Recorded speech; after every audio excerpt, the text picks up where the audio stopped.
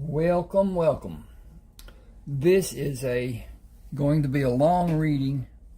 I need to check this to see what I got here and move this to a degree. That's good. All right. This is my reading of Best of Luck. A story about Samuel Harkness. He was raised in Texas, went to Memphis, Tennessee to major in pre-med, and then got his degree as a physician. And during his time of training with another doctor, surgical training, a emissary from the Army came and asked him to join Ulysses S. Grant and helping with the effort that the Army is doing. It was close to being a hit over the head and dragged away, but he went ahead and said, yes, I will. And served, came up through the ranks, and is now a major toward the end of the conflict, as General Grant called it. General Grant, Ulysses S. Grant, was not his name, but it got to be changed when his mother, who was a Simpson, they shortened his name from Hiram to Ulysses S. Grant. And the registrar there at the point would not change it. So he became known as Ulysses S. Grant for the rest of his life. And all of the accolades and everything else, whatever, went to that name. So he never did contest it. Even when he was president, it was Ulysses S. Grant. At any rate, we're going to start here with Sam talking to General Grant. Major Samuel Harkness pushed the flap higher to enter the tent and saluted General Grant. Sam, I called you here knowing you have men who need medical help. Your orderlies will attend them while we talk, and they will be moved to other medical facilities. I got to get a drink. Should have done this before we got started. If you'll give me just a second here, pull this big old heavy cap off.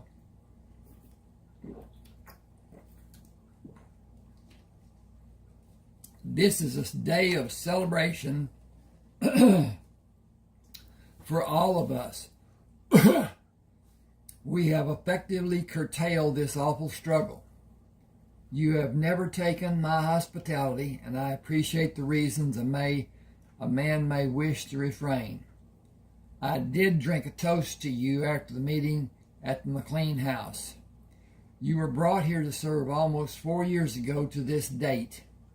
Those who supposedly know predicted that the Confederacy will continue in sporadic skirmishes that will not affect you because you are needed to stay with our troops. We had too few times. I regret that fact. It was my wish to face you. It was my wish to face you to give President Lincoln's appreciation and inform you of your promotion to Lieutenant Colonel. Not many surgeons tend to duties with a gun strapped to their hip. Your actions have been one of the favored topics during evening meals with members of my staff many times. Tell me if the information I have is incorrect. Your facilities were attacked 9 times, according to the reports I received, and you have wounds from those attacks and wounds while you attended men in the field. The conflict is not over and will not be until the Confederate troops disband and quit the field of battle. They have paroles to be signed. I'm thinking about this to start with, and I'm going to stop right here and talk about something. McLean owned the house that the first Battle of Bull Run was fought at, the first conflict between the Confederates and the Union armies. And the Confederates, or the Union, was defeated. And they ran, and they're screaming, "Run for your lives, we've been defeated." This is the biggest if of the war for me, if the Union soldiers had gone on to Washington, which was like 26 miles away, there was no defense for the White House and the presidency. None. The conflict, the war, would have been over. They didn't do that. And so it continued. There was much chivalry during the war. Lee was allowed to build his troops in Virginia, and that could have been stopped. But anyway, the point I'm making more than anything else, McLean's house was at the beginning of the conflict, and he moved to, of all places, Appomattox Courthouse. And it was on his house was commandeered for the meeting when Lee surrendered his sword. He did not surrender. He surrendered his sword and quit the field. And they went on. Second point, Jefferson Davis was Department of War Secretary. He was a head in the staff of the current presidency before he became what do you call it, Commander-in-Chief of the Confederate whatever. He was a brilliant man, and he was imprisoned after the war for treason. I don't know how long it lasted or whatever, but anyway. Okay. I'm going to stop back down here.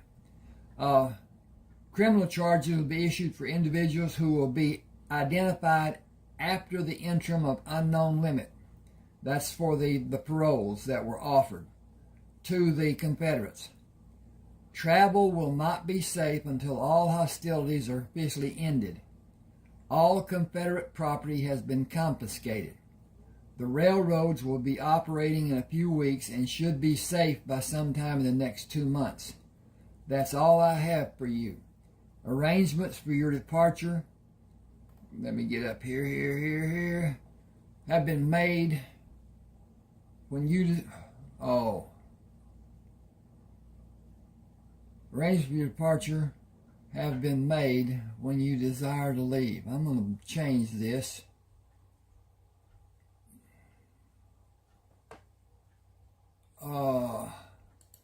Will be ordered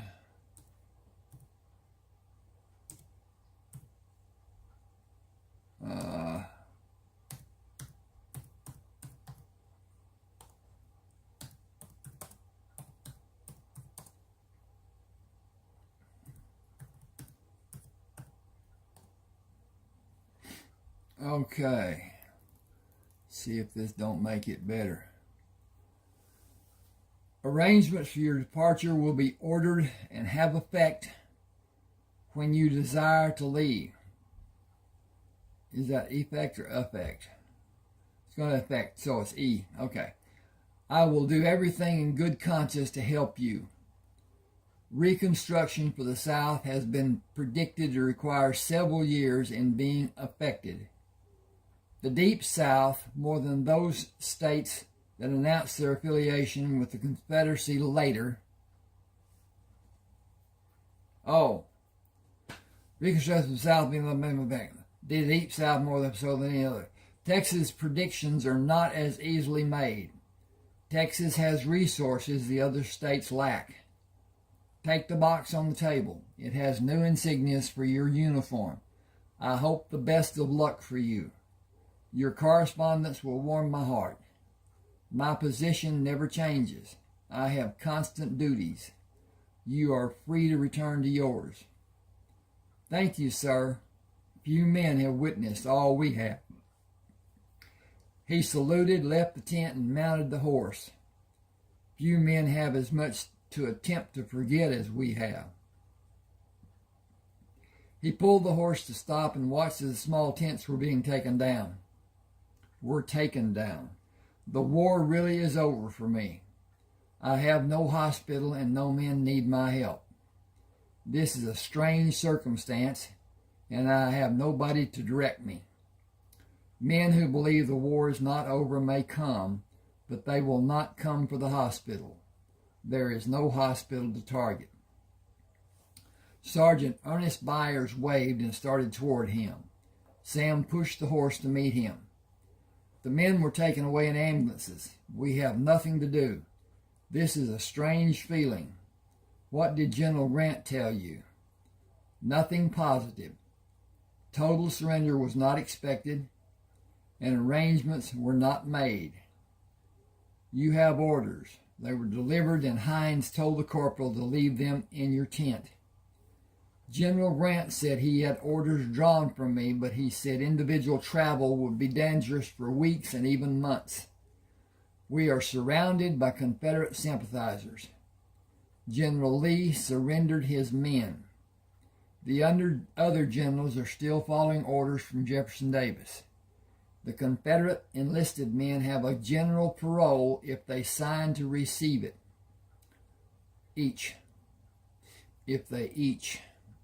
I need to put each. If they each sign to receive it. They can keep their weapons until they return to their homes. Their weapons will be delivered to the highest ranking authority at that time. I believe those men will be seen to be traitors, and the general parole will be a death sentence for many of them should they return.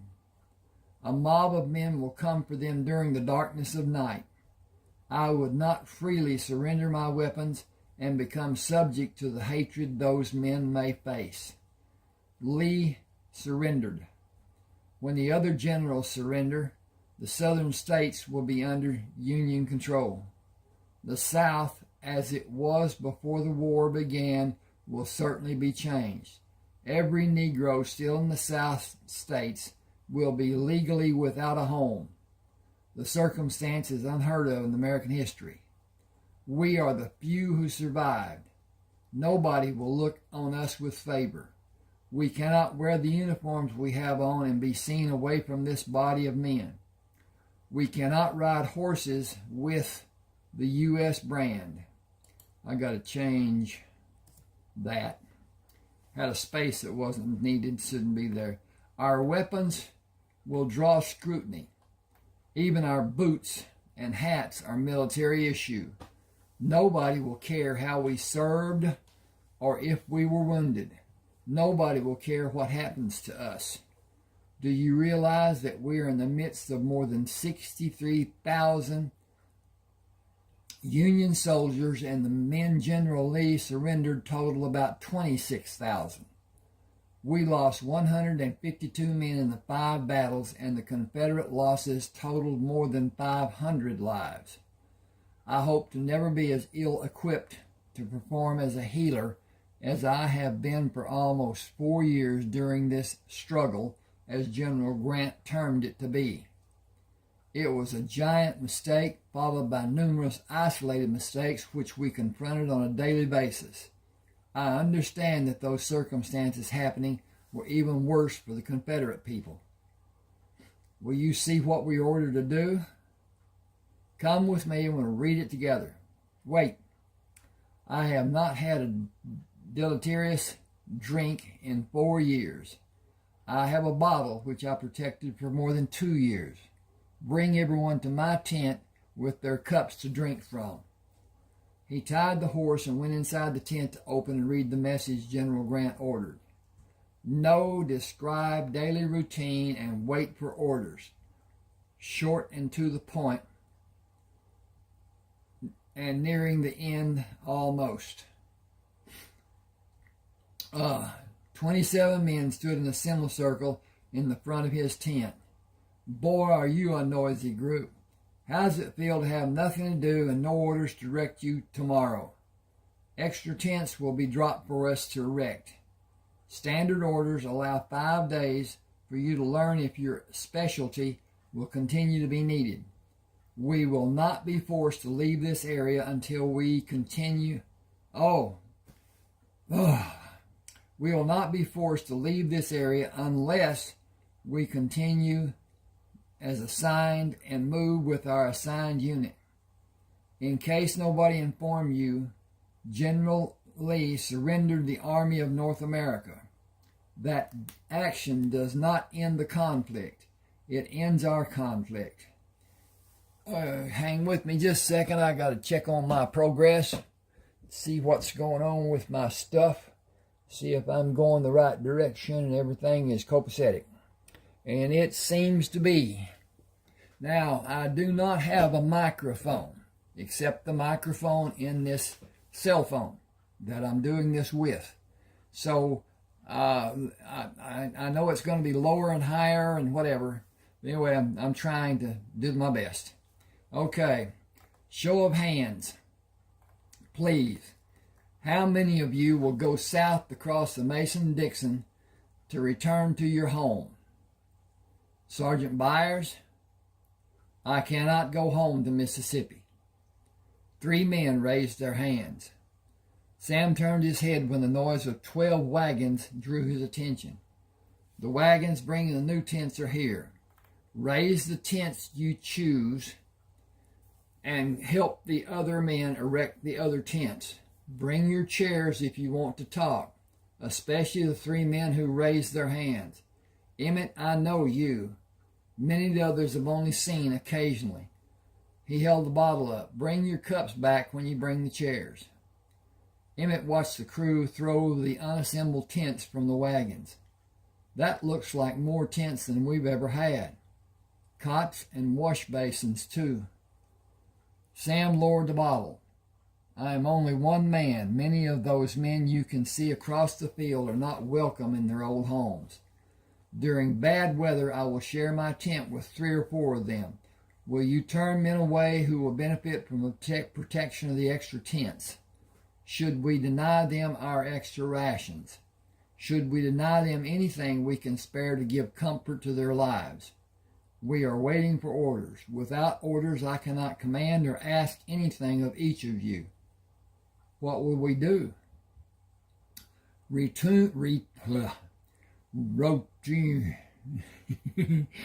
Routine as usual, without actual routine. Go to mess as you always have done, and other necessity as you've always done. Basically, wait. We have peace above the Mason-Dixon as long as we stay together. He looked away from Emmett. "Sergeant Byers?" "Sir." "Tent erection?" "Yes, sir, Colonel Harkness." Tim Deaton pushed against Albert Pimpson. "Major Harkness is Colonel Harkness. Think of us following him now."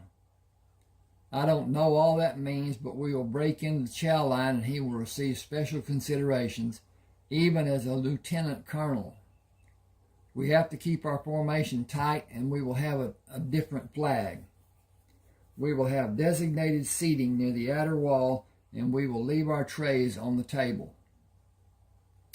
I don't believe he will let us have that privilege.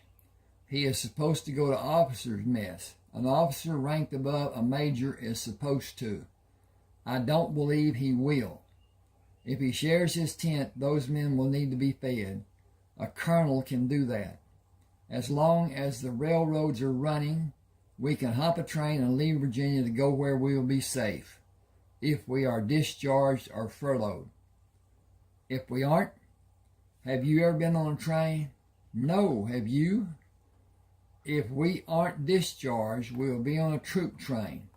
Nobody that is not in blue uniform will be on the train. Going home? Who cares?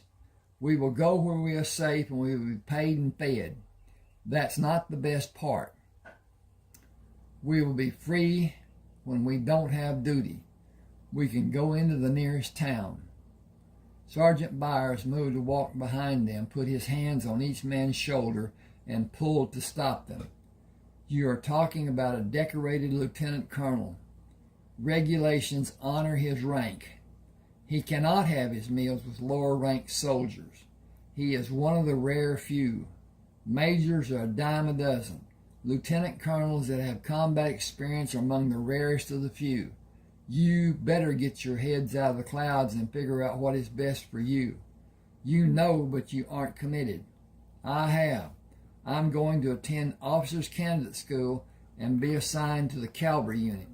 I'm going to retire as a full colonel only because I will not have time to make general officer before I will be forced to retire. Get the tents put up and place the cots inside and the washstands outside. Don't question what's been done. General Grant will order it. We will all have what we need. It may not be what we want, but it'll be what we need.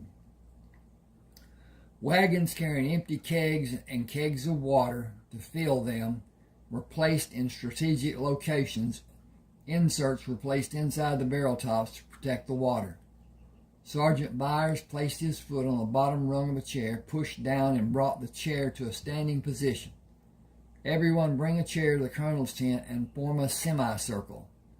He took the flag to the tent and pulled the wrapper off to put in the holder and unfurled it. He stepped back and saluted.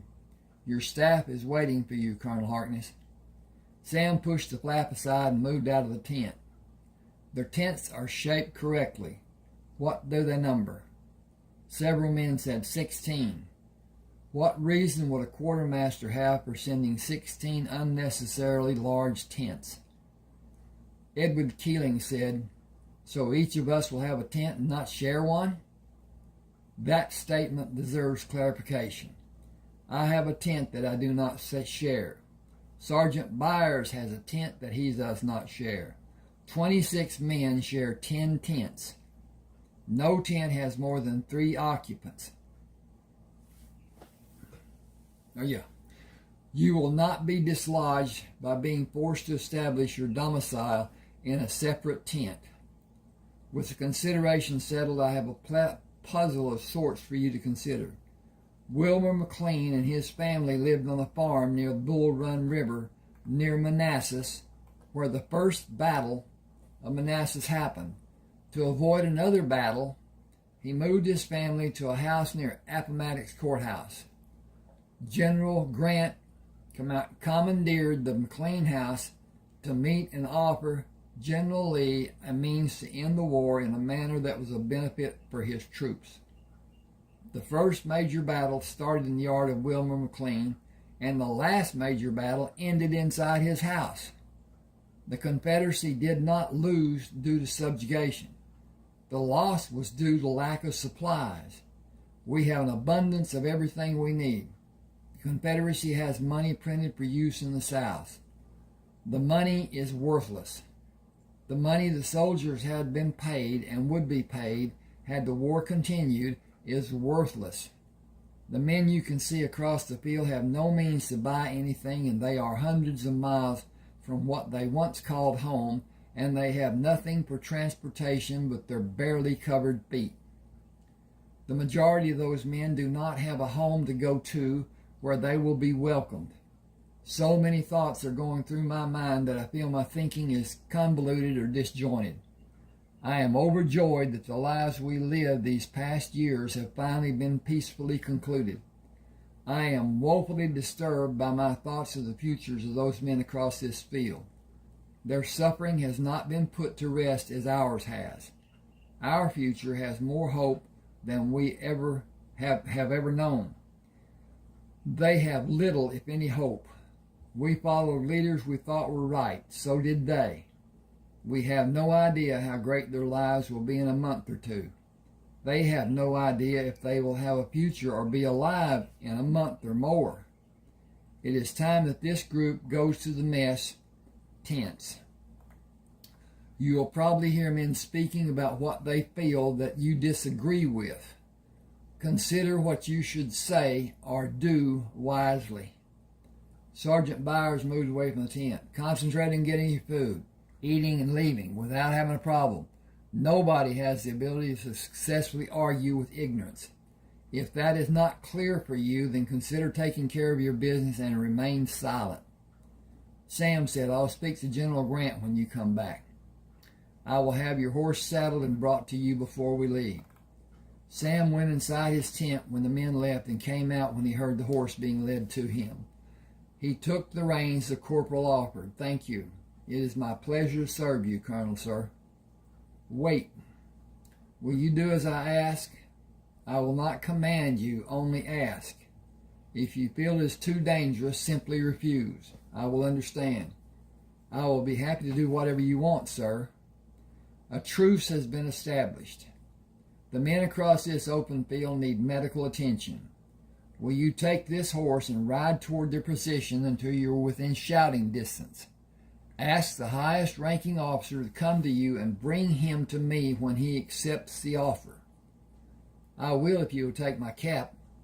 Someone shooting me without my cap will be a murderer. Nobody will think of shooting you. I am restrained from going into the field. Thank you for doing. What is your name? Van Jameson, sir. Stand away from the horse, sir. He turned the horse and mounted. It won't take long, sir. He took the horse further away from the infirmary than he planned, stopped and shouted, I want to talk to the highest ranking officer, please. That will be Major Tompkins. We'll get him for you. The man looked across the compound. Have Major Tompkins' horse saddled and bring him and the horse here. A Union soldier wants him. Imagine that. Major Wayne Tompkins rode away from the camp toward Van and stopped. I can hear you from where I am. Colonel Harkness requests your presence, sir. At the infirmary? Yes, sir. Colonel Harkness is a medical officer, sir. I am armed. I did not know what to expect. We have all been armed too long. Please come with me, sir. What does he want? We have very little. We have much, sir. I cannot say for a fact, but I believe Colonel Harkness wants to help. That will certainly be welcome. Lead on, please. They stopped, dismounted, and led the horses to Sam. Major Tom Wilkins, sir. I'm thinking ahead. Major Wayne Tompkins, sir. Will you sit with me, please? Join us, Van, if you will. Yes, sir, Colonel. Without directing my comments as an intended affront, I will begin. I am an officer in the Union Army. You are no longer an officer in the Confederate Army, but your men have no concept of being paroled and not being pardoned, and they will obey your orders as they were trained and is their habit. I will propose to General Grant to have medical supplies brought to give aid to the wounded soldiers who still believe they are under your command. If he so orders, will your medical personnel work with me and follow my orders when the men are brought here? I guarantee it. This is completely voluntary. This is completely volunteer. That's not what this should be, voluntary. And A-R-Y, is that correct? It says it is. This is completely voluntary work on my part, and I will not ask other physicians to help. I will ask General Grant to refrain from ordering them to help. If he will allow me to do as I ask, ambulances will come to convey the more severely wounded men, and wagons will bring stretchers to your location for your men to bring other wounded here for care to be given. The wagons will follow to take the able-bodied men and the stretchers back to carry more men.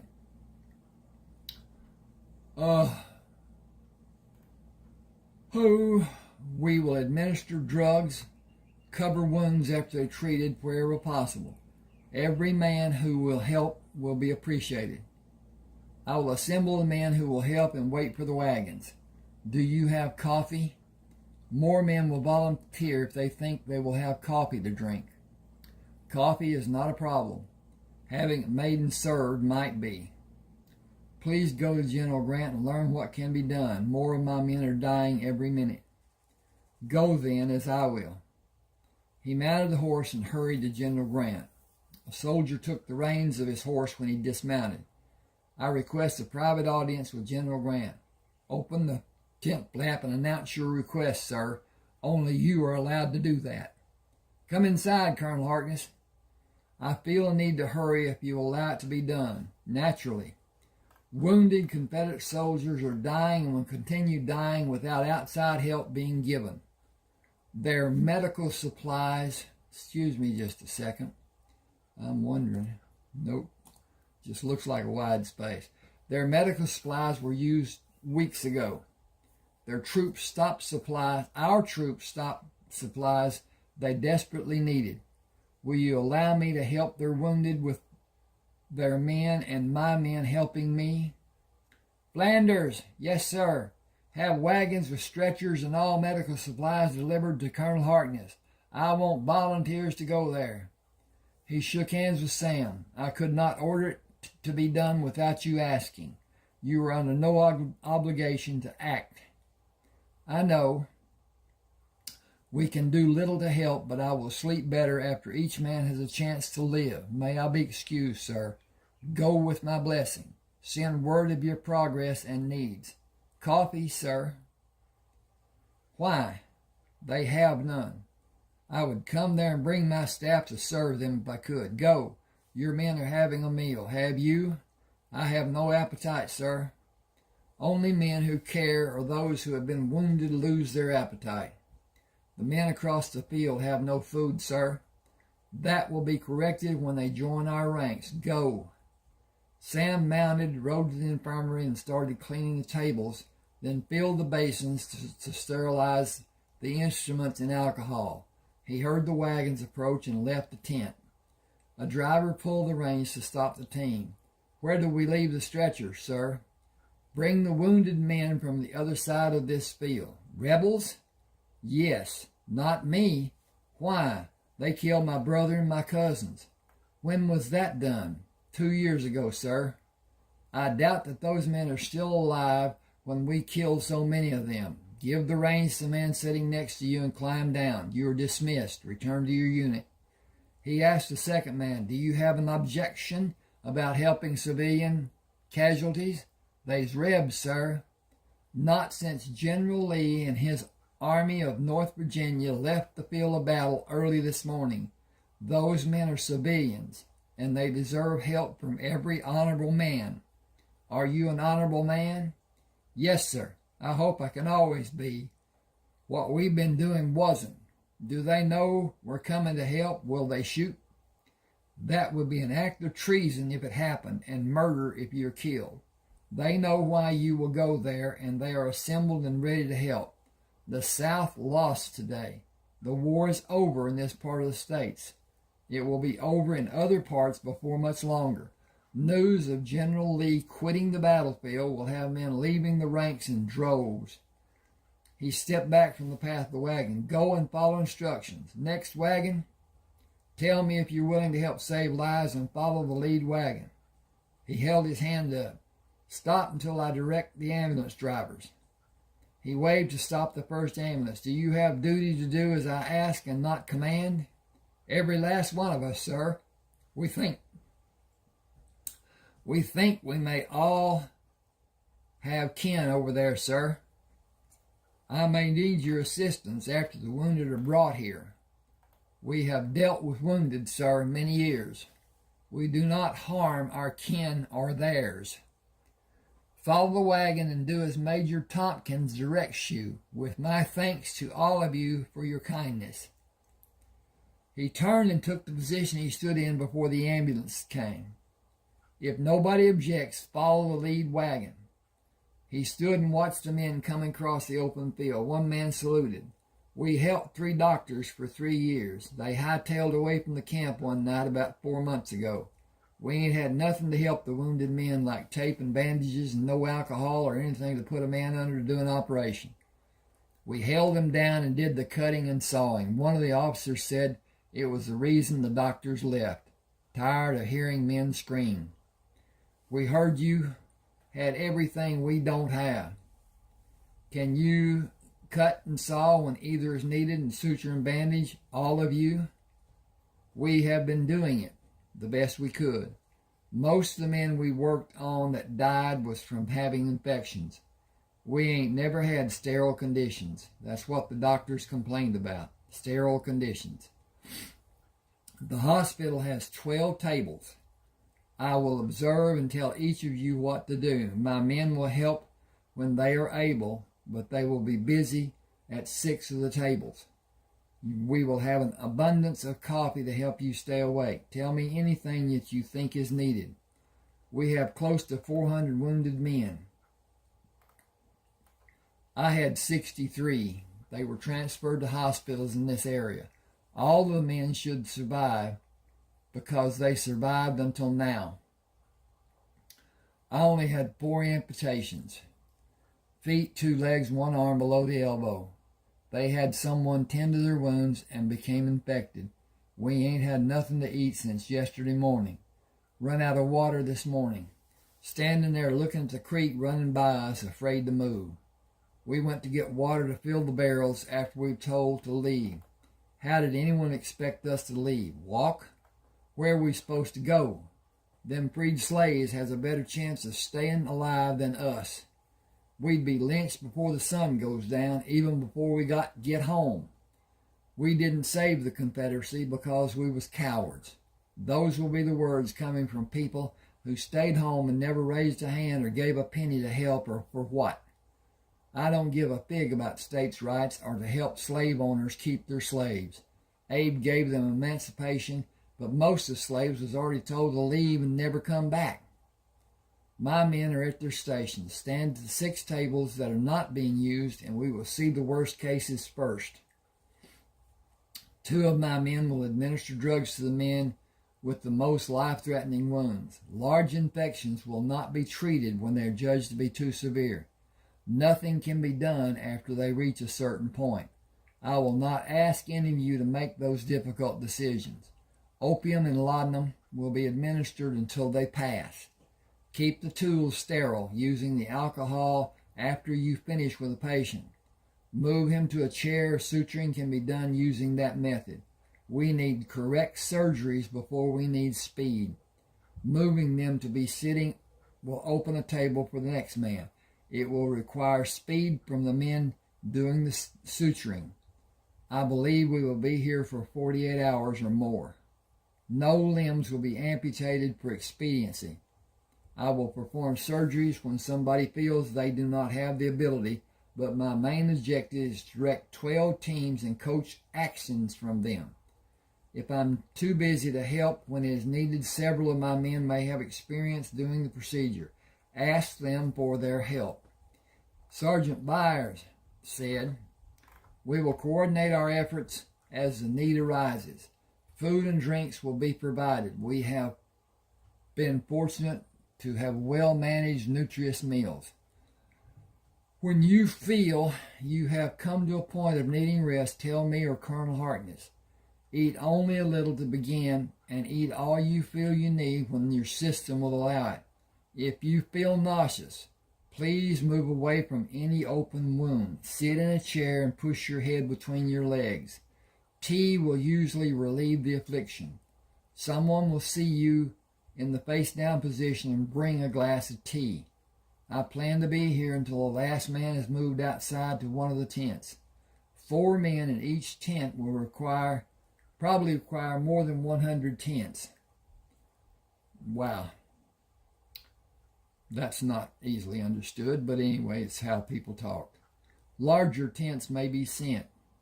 All of us will not be needed all the time. Helping outside directing men will help everyone. The latrine is out the north flaps and about 40 paces west.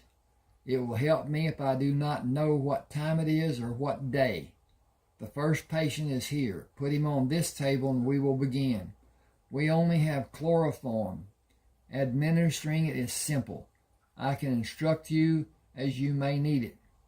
Talking will help everyone and nobody will be bothered you are concentrating on doing the procedure correctly.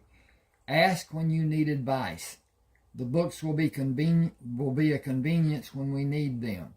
We cannot recount the number of times one of us did a procedure while someone read from them. You cannot be wrong when following the intelligence written in a book and it is read correctly. Okay, this is a break, and I need to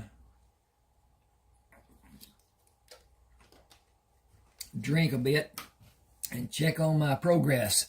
Okay, and we's progressing. Okay. Sam leaned over the table after Demont washed and wiped it clean. Is that the last man going outside the recovery tent? It is dark outside. He pulled the pocket watch out and flipped the cover open. 2:24. What day is this? How long have you been here? I ate 14 times, but that does not help my calculations. Sergeant Byers stretched out on one of the tables. I need a pillow and I will sleep here until I need to make a nature call. 84 hours. I am dragging and I don't think I can move. Someone who has slept, bring me a bedpan, please. Are you sure?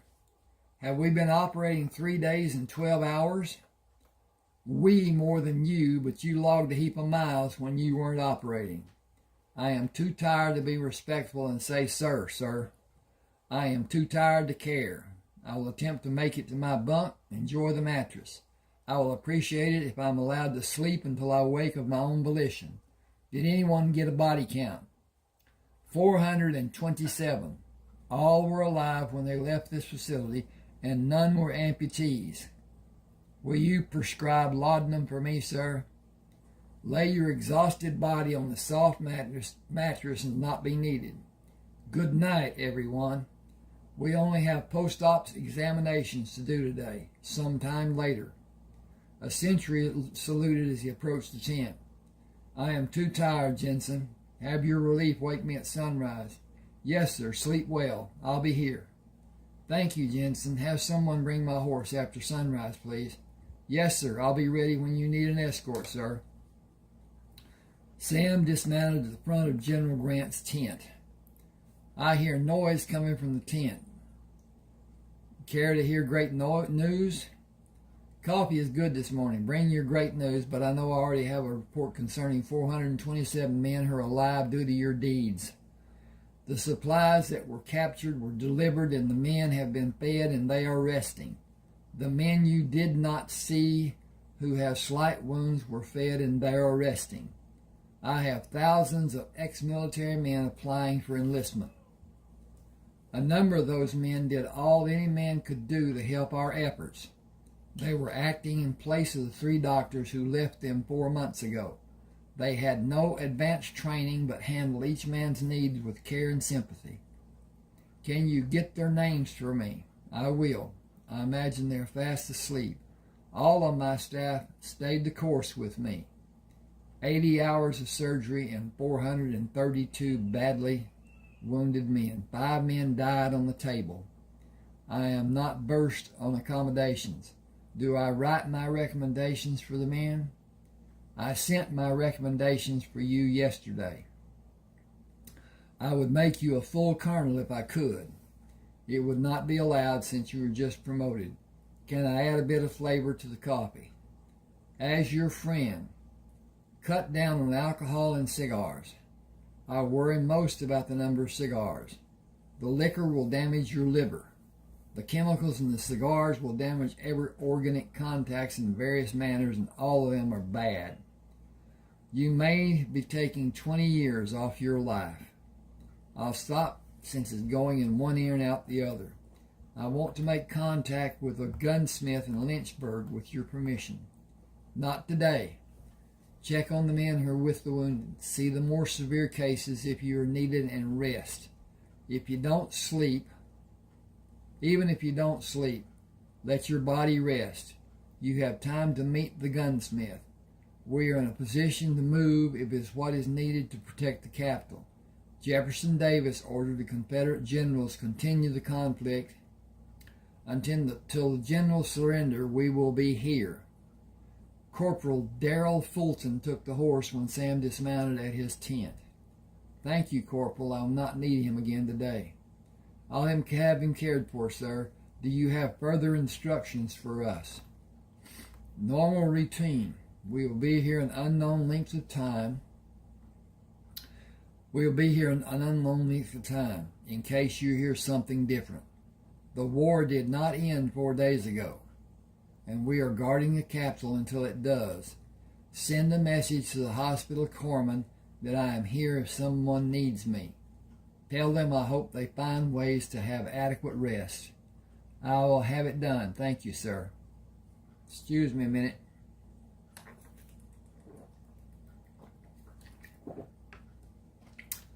Had a break.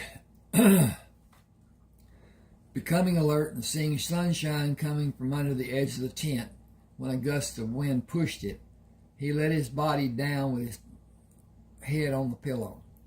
I did not sleep as soundly as I imagined I would, or as long.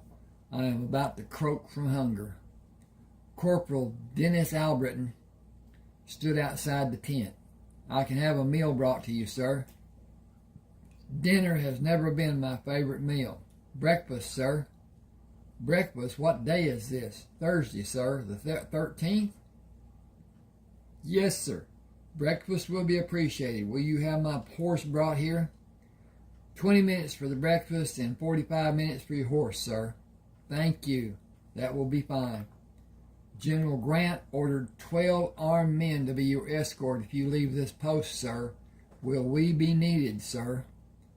We will visit a gunsmith in Lynchburg. Sam stopped his horse and looked at the signs hanging on the storefront. Alfred Brenman, Ironworks and Gun Specialty.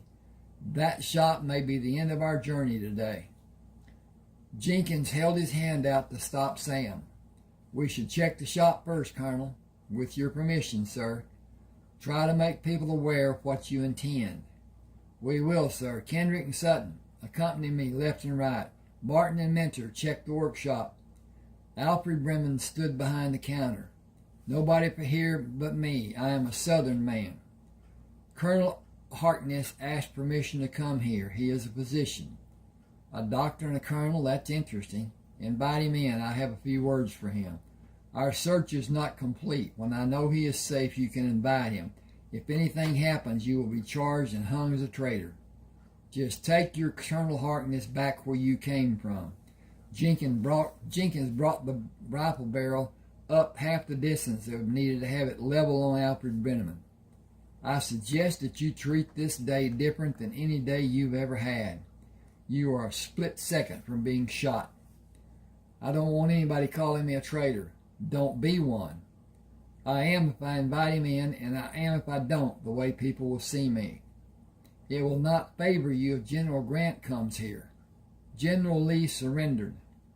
Jefferson Davis ordered General Johnson and the other generals to continue.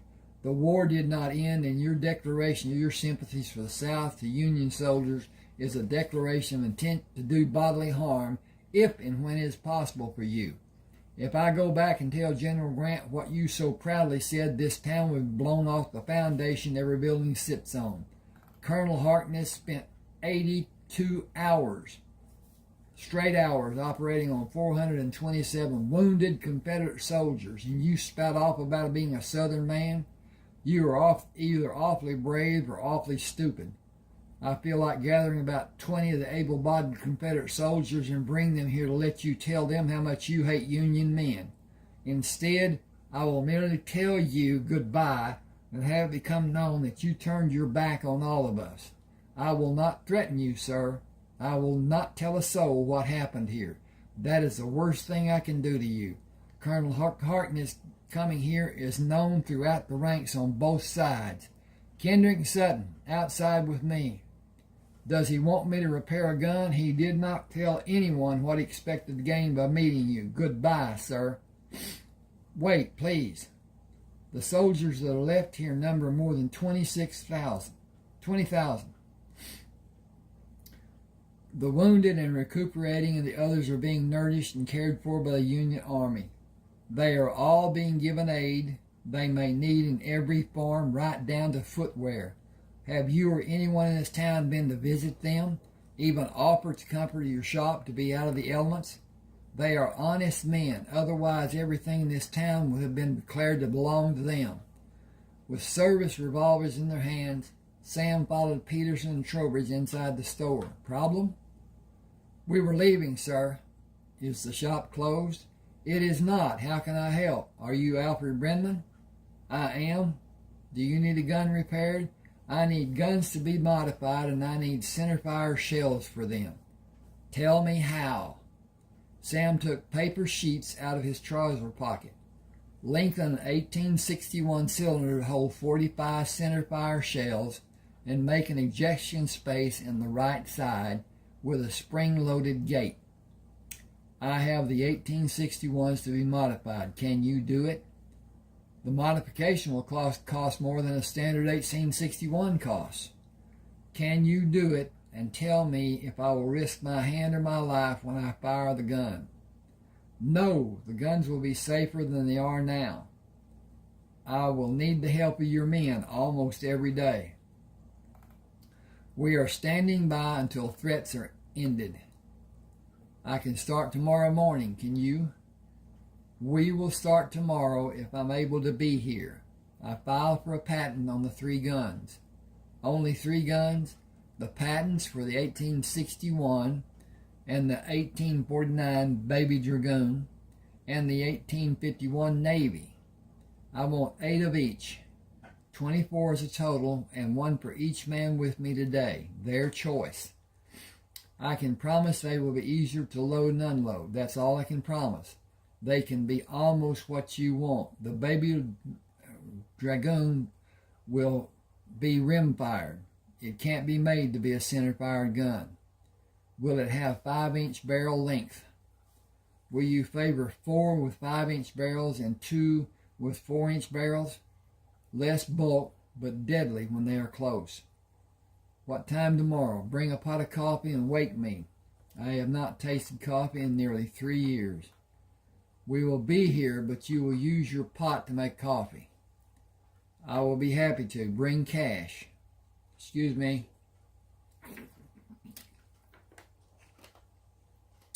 We will settle on the measurements, and I will make the trip into Lexington to buy what we will need to modify the guns and rebuild them. Nobody will be able to tell you what one of the guns may be when they see it. I will need most of your men to help. They will be too tired to help the next day. Can you bring another 12 men the next day and 12 more the following day? The first 12 may be rested enough to help the third day. We will do the same work on the 3 guns every day. 2 or 3 weeks should be enough time. Will you have enough money? I have the money you will need. Am I being nosy by asking if you intend to wear a waist belt and holster for each of the guns, or will you need a holster that people will not see if you have the 4-inch gun hidden under your coat? Both. Can you purchase the Baby Dragoons? I have 51s and 61s. I will, and I will measure them for modifications. I'll have Cletus from the leather shop come by too. He'll want to go into Lexington with me. And we got a break. Sam and the 12 men tied their horses at the front of the store and went around to the workshop. Alfred Brennan brought 3 packages tied with strong cord. 1 of each gun cushioned inside wooden boxes and wrapped inside the packages. They will fit in the new saddlebags you have made, so you can carry 4 in one set of saddlebags. Your men can go in the store and get the rest of the packages. John Wilkes Booth was shot and killed by Boston Corbett. It took him a long time to finally die. There's lots of mystery about Abe's death. The war is still going on. Booth is not a soldier, but he told Everton Conger to tell his mother that he died for his country. Some say the man was not John Wilkes Booth, but a man who looked like him. Most people would not recognize Booth without his heavy makeup. He was an actor. They all powder up pretty heavy. I don't know him either way. I wouldn't know him either way. Excuse me just a second. I'm getting dry.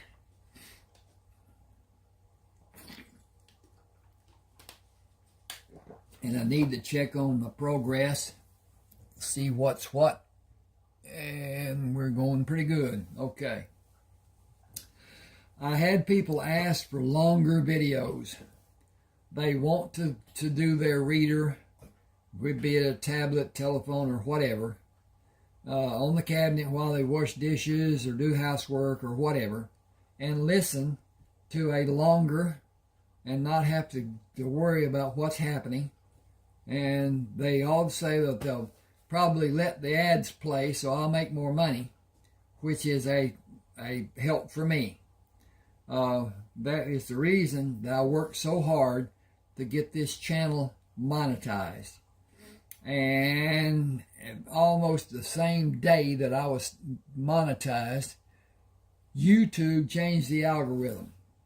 It decreased the amounts paid because they had to decrease their charges for the ads, because there's very few people watching the ads. So if the ad runs, YouTube does not know if it's being seen or it's just somebody letting it run. So anyway, here we go. Okay. People say things to be noticed. It does not matter. People die and the world goes on turning. It has been turning with and without for millions of years, maybe billions, with a universe full of mysteries. We live with what we have. There is nothing more. How much more do I owe you? $212 gold. Damn Confederate money can't buy a drink of water. The war may not be over, but this ain't the Confederate state of Virginia no more. Sam counted the coins and placed them in the leather bag Alfred held. I will measure the guns and change the dimensions on the patents. You don't need to be worried about them being done like we did them ever again.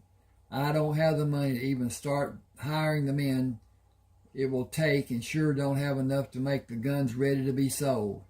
It ain't practical. A man can buy a gun for less money than your guns cost. I can fix a gun, but I don't have a single gun I can sell. Okay, that's chapter 1. Took about an hour. Okay, we're going to go here with chapter 2. The bugler blew assembly 3 times. Jenkins came to salute Sam. What should we do, sir? You are assigned to the hospital corps. None of you can leave your post. That is not your routine. Have my horse saddled, please. Yes, sir. He sat on the horse and watched General Lee as General Lee spoke of how men would leave the area. He did not specify who the men were by naming them or telling which unit had orders waiting for them. He mostly spoke of the territories. All the Confederate soldiers were allowed enlistment. None of those officers were academy graduates. They retained their rank. Physicians had options, and other specialized men had choices of service locations. Line officers would be assigned without discussion. Attention was called, and he saluted the troops. Sam moved the horse to the east side of General Grant's tent, dismounted and tied the horse. Sergeant Al Waters saluted. Coffee is warming inside the tent, sir. Thank you, I will wait. He will have my hide if you're standing outside, sir. We certainly do not want that. Will you leave the flap open? It has been ordered not to, sir. I will move away. I will walk with you, sir. I will welcome you walking with me. Will you continue to serve? I have a farm in Tennessee, but I feel I will not be welcome there. I have no place to go, and I will gain 2 ranks if I re-up. I can apply to attend classes at the United States Military Academy. Your endorsement will be a great consideration. General grants will be a key for you. I will sign for you, though I do not see how you need mine. You are the only active doctor in the Union Army who has the designation of Lieutenant Colonel. You could take your pick of administration posts in the territories and continue increasing your rank due to your age. Your actions during those 4 years are legendary. You can do anything you like. Will you campaign for General Grant when he runs for president? That will be determined by my location and how my being away will affect other lives. He will not be at that crossroads for several years if wisdom prevails. The work he will be able to do to unite the people of America is his alone to accomplish, if he is given permission. I will certainly lend all I can to help in that regard. Reconstruction can be a success. The United States will not happen until this nation faces a great catastrophe that brings all the people to have a single purpose. That may never happen. And in time, this great country will have too many factions to be united, and our enemies will prosper in this land. That is the magnitude of the need of all the people in America have for their leadership, for his leadership. Sergeant Waters moved to take General Grant's mount. Colonel Harkness is waiting, sir. Did your conversation bring new light to your understanding? He is a rare individual, sir. He might have been the greatest fighting man in the Union Army. He is a great supporter of yours, sir. I believe I'll have need of him one day and of your serving. I hope to complete my time at West Point, sir. 3 weeks and you will begin that journey if you are ready. I am eager to start. Oh, can't find my cursor. There you are. Take my horse to escort Colonel Harkness when he is finished here. Learn all you are able to observe from what he will tell you about college life, benefits, and pitfalls. You will compete with young men who were born into privilege. They will have a superior attitude until they learn of your military experience. They cannot compare or compete. Then you will become cognizant of those who were admitted due to a congressional appointment. A percentage of them will leave in disgrace, as many of the privileged will. You are the only person who can keep your placement by consistent attendance of classes and habitual study. Arrange your physical training in a private location, earlier than other cadets will be willing to sacrifice. Being prepared is the key. Acclimate your senses to the method your classroom instructors use to apply the lectures. Learn their vernacular, their usage of words. Visit them after class if you have a valid question about a point of confusion. You will not have cause to tell them you served me. They will have that information before the first day of class. I will have a place for you after graduation. Colonel Harkness will not be long with me before he will join you. Thank you, sir. Keep in mind that I will know how you are progressing before you know. Yes, sir. I want to be first in my class. I will not be discouraged if that does not happen. Graduating will be my purpose, and I will graduate, sir. He turned to see Sam. Colonel, you should be inside enjoying a drink. I will not be comfortable until the primary occupant is the host, sir. I saw you sitting on your horse while I was speaking. We will disperse is all I was able to understand. I still have patience, sir. The trains have not been scheduled due to one problem or another. Our engineers predict the problem will be rectified before the end of the month. The patients will be transported to local hospitals when they are able to be moved. I could use your services on my staff. Opposition exists from every portion of the government and from the private sector. Politics is not one of my strengths. Okay. Tactical positioning is listen to your advisors. Study well to understand what the results may be and what will happen due to the results. When you are satisfied that you have all the information that will ever come to you, have a drink to help you sleep and make your decision before you dress the following day. Do not falter from the decision. If you fail, let it be from attempting to be right. That will probably never be clear or obvious. Restrict the drink to a single, sir. You espouse the adage of neither slow nor fast and neither half fast. Spoken swiftly, that is the crunch, sir. Take Sergeant Waters and impart every inkling of knowledge to help him mount an offensive to gain his goals at the academy. You cannot trust him. Sir, he does not imbibe. He is probably of the same mind as I am, sir. Limit your intake and the cigars. Both will shorten your life. I will leave you with those subjects to be contemplated. With all my respect, General, you are a crafty one. You should be. I will correspond, sir. I have the strongest desire to know what you have in your boxes.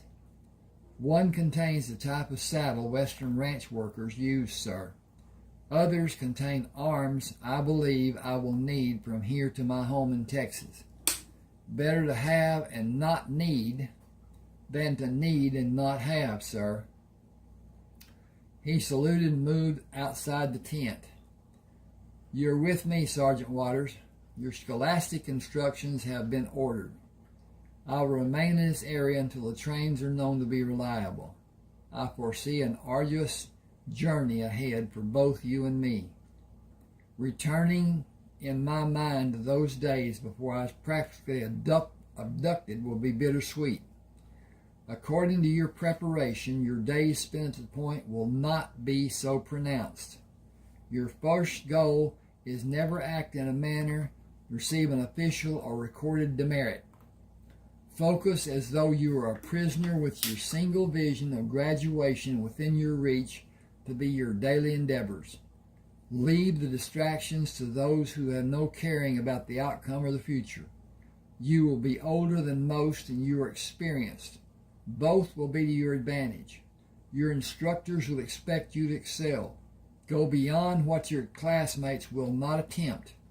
Even a small degree of persistence will place you higher in their marks. Your goal should be to graduate, with or without honors. The shoulder insignias you will earn have no caring about your graduation placement. And so, this is later on. Excuse me. Sam dressed in civilian clothes, buckled the gun belt around his waist, pulled the coat on, and left the tent. It is time for our departure, Jenkins. The ambulance that just left carried the last of our patients to the station. Will you have a wagon brought to have my boxes and bags loaded? I will require help with all the bags when I board the train before the scheduled departure time. Got a tickle in my throat. I still have.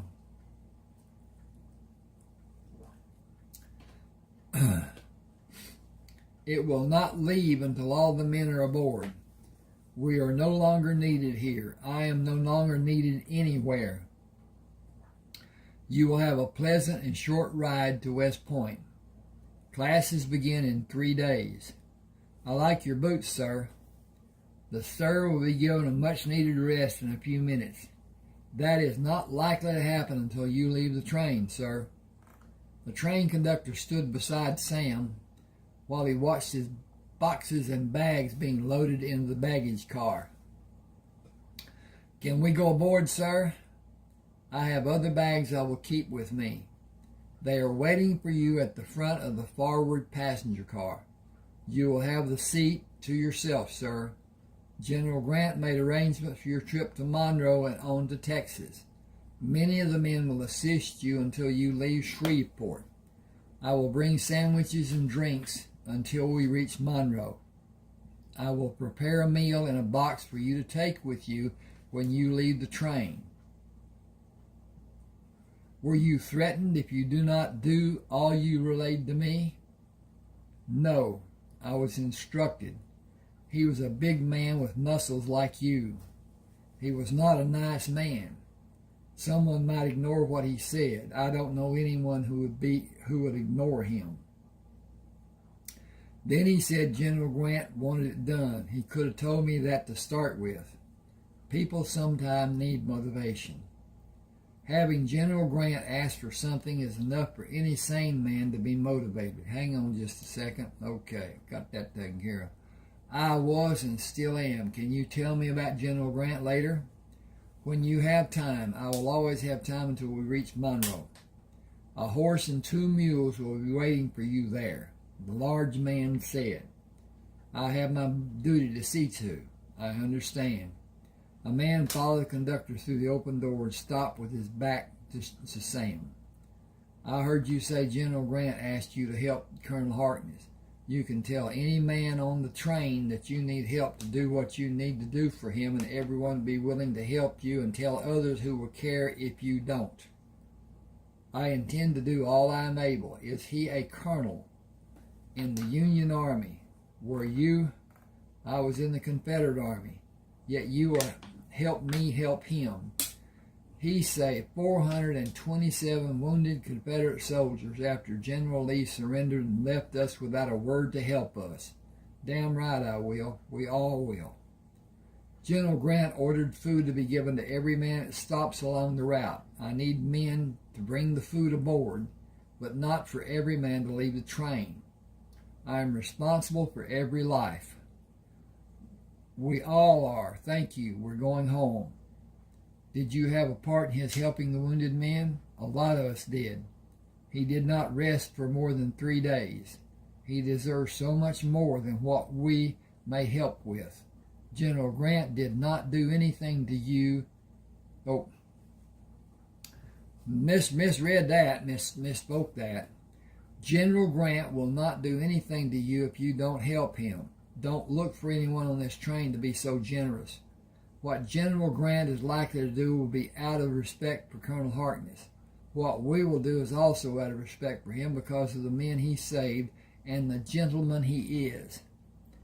All of us will show that degree of respect. He closed the door when he went back to his seat and nodded his head when he looked at Sam. Colonel, thank you. Thank you, sir. It's a long way to Shreveport.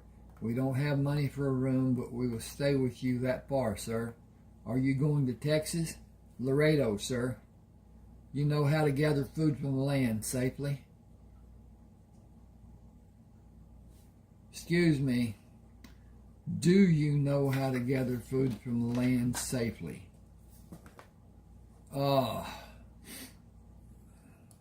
People speak as that, but that's still not very understandable. Okay. Do you know how to gather food from the land safely? 9 of us will go to our homes near Laredo. We were not wanted by the Union Army. We were told where to go by the Confederate Army. They only needed men who could fire a gun. We were a cannon crew. Was that your title? That's what we called ourselves. A fancy name doesn't mean much when the cannon blows up. I should sit for a while, sir. Did you help? Were you a patient? What do you need? Just a rest, sir. Go. He stood up and faced the rear of the car. Does anyone need medical attention? A voice from the rear was barely audible. If this shaking and bumping goes on long, I may need something. Some of us have medical bags. Where's your wound located? My chest and hip and left leg, sir. You took the bullets out. Can you recline on the seat? No, sir. I need a man who will be comfortable moving between cars to bring the conductor to me. I can do that, sir. Were you wounded? Yes, sir. Is there a man who was not wounded that can find the conductor? He left the car when nobody spoke. He found the conductor in the third car he entered. Stop the train at the next town that has a hotel. Wounded men need attention and they should not be on this train. Slow the train to prevent injuries to the passengers. It is not understandable how this was done without medical authorization. I'll tell the engineer. Tell him what he faces if he does not do what I ask to be done. I will. Every man in the car with me was a patient. Some have severe wounds. Tell him. I will. Sam waited for the train to stop and jumped onto the platform. I have a military emergency. Take my instructions to the telegraph office and send a telegram to General Grant. Tell me what you want sent and I will clear the line to send it. Sam talked through the messaging, told the operator he expected an immediate response. He heard the continued quick key strikes and listened to the telegrapher. Go to the next station and move the wounded men to 3 hotels. I wrote the names of them for you. General Grant will send a detachment and supplies. Thank you. Always ready to lend a hand to the government, Colonel. Sam stood on the first step and signaled the engineer to move the engine slowly. The conductor waited for him to return to the car. Henry Derringer, sir. What are your orders? Go to the next town and take the wounded men to 3 hotels. Men with conveyance methods will assist. I want an able-bodied man with each of the wounded men, volunteers. They will be compensated. That will just about clear the passengers off the train. I had not experienced a side-to-side movement railroad passenger car. Do many people experience motion sickness? All the time, sir. It was designed that way to give comfort. Do the baggage cars have the same problems? No, sir. They ride even rougher. Are your possessions well protected, sir? I can only hope, as rough as this ride has been. How far are we from the next town? 20 miles to Colton. As slow as we're going, about an hour and 45 minutes, sir. I am happy that the car is not swaying like it was. I think we may be in Colton a week or more, and I will stay until the men are able to travel. Tell the men in the other cars I will stay to help. I will not know which hotel I will be in until I'm told. They will be able to find me. Oh, got a break. Hee-haw-haw. Okay.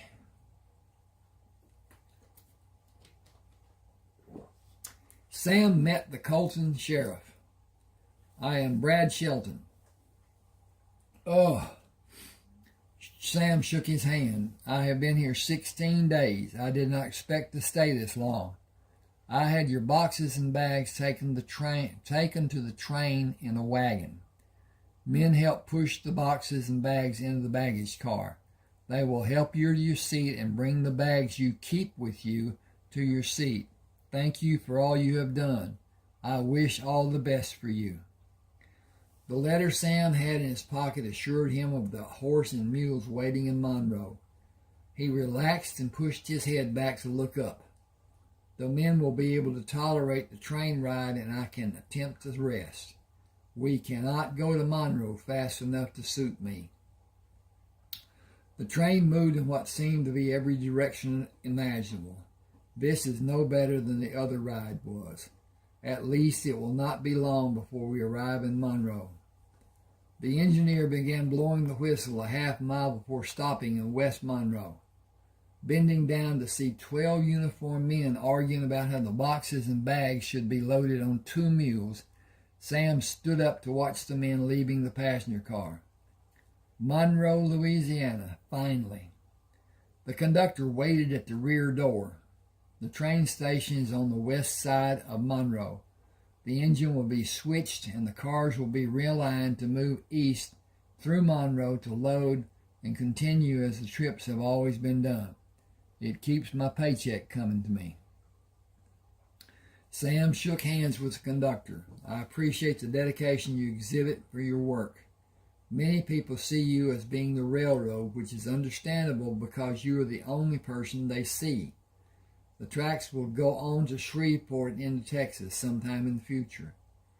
It is being done already. You should stay away from the work crews. That is good advice, since I am not part of that endeavor. They are a rough lot. I assure you that I intend to do as you suggest. Thank you and goodbye. He stepped down on the platform. I cannot understand why a man would choose his line of work just to earn a monthly paycheck. The railroad is his life. Sergeant Bob Scott, sir. No R in that. Sergeant Bob Scott. I still want to put an R in it. Scott. Sergeant Bob Scott, sir. The animals are ready for your inspection, sir. Please calm yourself, Bob. I will not omit describing your diligence in my communication with General Grant. Did you check the work the men did to secure my belongings? I did, sir. Is the water fresh in the 4 bags and in the canteen? It is, and the feed for the animals is too, sir.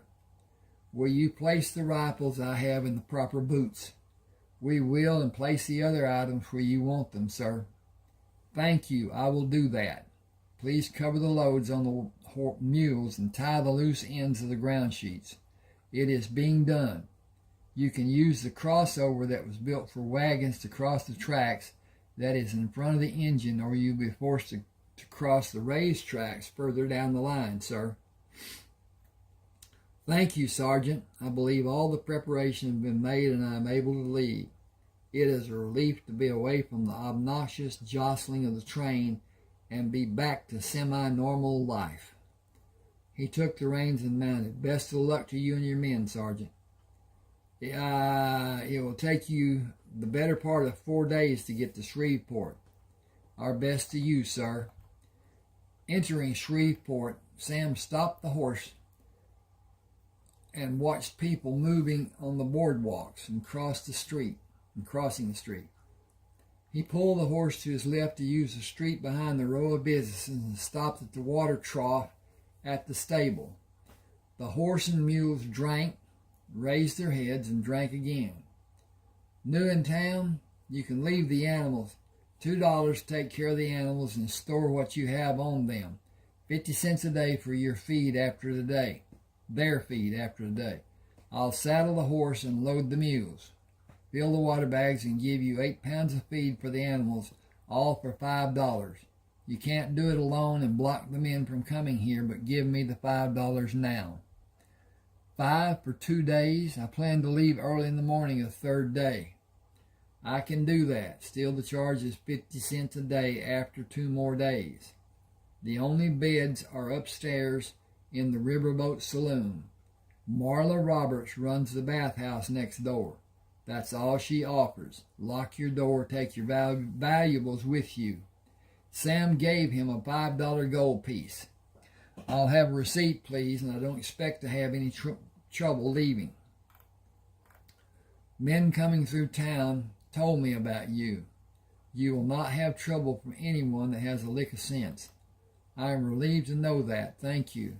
Don't make trouble for yourself. My purpose is to rest and continue my journey, not to have a problem. I am a licensed physician and a decorated soldier. I will resolve a problem if one occurs. If you will give me the receipt and take the mules, I will register for a room.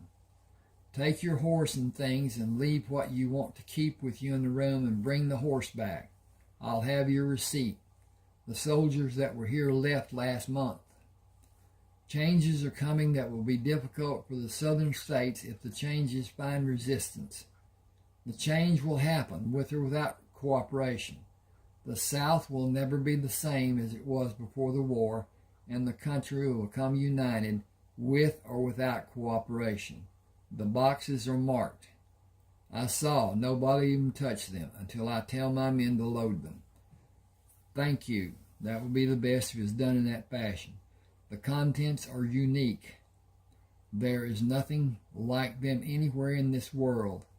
Identifying them will not be difficult. Explaining their position will be impossible, and a noose will be waiting. He left the stable and tied the horse and took the 2 pairs of saddlebags inside the saloon. I need a room for 2 nights. Sign the guest list at the end of the bar. Your room will be upstairs over the bar. Lock your door and look at how to leave the building if you need to escape. You can pay Marla Roberts at the bathhouse next door. We heard about you. I am here to rest and recuperate. Thank you. Your first glass of beer is on the house. Thank you. I never drink alcohol. Doctors usually do. I am a licensed physician and decorated soldier. I sleep very well with the window open. I will not be an easy target, and repercussions will be swift and terrible. He took the key to the room, left the rifles and handbags, and went back to the stable. Here is the receipt. You have privileges. Don't abuse them. Sam took the receipt, went to the general store, and bought clean clothes. The woman wrapped his purchase and took the money. We don't see much cash money. People usually trade to have what they need and do without having the things they want. We heard about you. Thank you. Please keep the change. Good day. Marla Roberts came from behind the counter. I heard you were coming 3 days ago. Train rides are pure hell. If you want these clothes washed, I will do them for you. If I was younger, I would do more for you and to you, Sam Harkness. I left the titles off to seem more hospitable. I know your history from a letter I received. The sender will remain anonymous if it pleases you. May I help you inside, or is your mobility not so compromised as the letter suggested? General Grant is a good man. Yee-haw! Yeah, San Antonio. General Grant is a good man, a good friend to me. I am able to manage, but I'll accept help, since the sight of the wounds will diminish any fervor you may be experiencing. I did not take time away from my duties to have a few projectiles removed. Duty, always duty. Those I am able to define cause moderate pain when I move in a certain direction. Shreveport will grow when the war is finally over. You could have a nice practice here. My home and my heart are in Texas. Do you have much there that you anticipate holding again? Much, yes. I have not been this tired since the days after General Lee surrendered. Let me help you with your clothes and your bath. I will apply sudsy soap and gently rinse your body before you step into the tub, as a nurse would do. She stepped back when he finished rinsing the soap off. When she finished rinsing, I cannot see a projectile inside the scars from the wounds on your back and legs. They are old, encased and out of normal vision for an untrained person. Those that were not as deeply lodged have been removed. And you continued your normal routine? Lulls in action were unusual between campaigns. I had a few days to recuperate. Still, I was stiff in my movements. Some surgeries done swiftly were required. All of us are able to tolerate what's expected to some degree. It is the unexpected that brings alarm. She stood behind him when he sat in the tub. You spoke of General Lee with respect. He is a great tactician. The war was not lost by his actions, even though he made a few mistakes. That is understandable given the circumstances. Lack of supplies and replacement soldiers led to his surrender. He was literally outflanked, outmaneuvered, and outmanned. He had around 26,000 men in 5 battles of the last campaign against 85,000 seasoned Union soldiers who were well supplied. Attrition ended his struggle. He could not go on, and victory was not a consideration. Both General Grant and General Lee knew continuing was useless. General Lee asked for a truce and quit the field the following morning to save his soldiers' lives, knowing he would have the wrath of every Southerner heaped upon him. He felt disgraced, but it was not from his actions. You have a perspective like nobody has for hundreds of miles. You were there when it happened, and you had General Grant's consideration. What you just told me may never be known. Abraham Lincoln dying may have tainted history. John Wilkes Booth had a single-shot derringer with him when he jumped to the stage and broke his leg. That was not the caliber of the shot that killed President Lincoln. The gun he was stricken with was not discovered until after his death. A newspaper reporter had it. You can decide from those two pieces of information about who the assassin might be. He is still alive, it seems to some people. If I stay here, I'll be forced to sleep in an abnormal position. Step out and I will gently pat you dry. Send someone if you need anything. I will rest through the day and probably into the night. Will the bar have sandwiches? Ask Jim to give you the plate I will leave under the bar. Hang with me just a second. I need to check. Okay. We can continue. I can continue. He opened his eyes and listened. Silence was all he heard. He pulled the trousers on and pushed his bare feet into the boots, left the room and opened the door to go outside. Standing against the railing, he listened as his spray hit the hard-packed dirt in the alley below. Returning to the room, the bed noise was slight and he lay on top of the blankets and slept. Awakening, he lay on the bed until noise from the bar became loud enough to be annoying. Dressed, he locked the door and moved down the stairs to the bar. Are the sandwiches Marla left still back there? They are wrapped. Do you want one or have every man demanding his share? Give me 2 whole sandwiches and let them have the others. Will you please give me a glass of water? Will you tell me about the gun you have in the hip holster? I had special adaptations done to it. I saw that. I'll get the water. I don't drink either. Sam ate the sandwiches and took the glass of water to a table at the back of the saloon. A man sitting with 3 other men looked at him. Care to have a 5-card draw poker game? Quarter limit. Just having fun and passing the morning until the stock pins are ready. No smoking. I will limit my losses to $5. You ain't much of a poker player if you lose $5 in a quarter limit game. Nickel ante. I need change. We only have change. It will only be fun here. It will only be for fun. We're drinking beer. We have a limit of 3. He laughed. Unless we can have as many as 5. I'll play. Sounds like fun. Cut per deal? You can have the first deal and pass the cards left for the next hand after a good shuffle and even cut. The deal went around the table 4 times before Lucian Corman dropped his cards and stood up, pushing the chair away from the table. You've been cheating. Dropping his hand to the butt of the gun, he moved his left foot away from his right foot. Stand up, card shark. You are not thinking clearly. I have no need to cheat to beat you playing draw poker.